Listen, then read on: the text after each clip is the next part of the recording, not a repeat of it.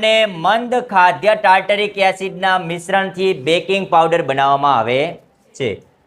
કોનો કોનો ઉપયોગ થયો? બેકિંગ સોડા અને મંદ ખાદ્ય ટાર્ટરિક એસિડ એના મિશ્રણથી શું બને છે? Baking powder. બેકિંગ પાવડરને ગરમ કરતા અથવા પાણીમાં ઉમેરતા નીચે મુજબની પ્રક્રિયા થાય છે. જો આ બેકિંગ સોડા છે, NaHCO3, હાઇડ્રોજન આયન એની અંદર ઉમેરાય છે એસિડ સાથે, જે આપણે કીધું કે નહીં પ્રક્રિયા.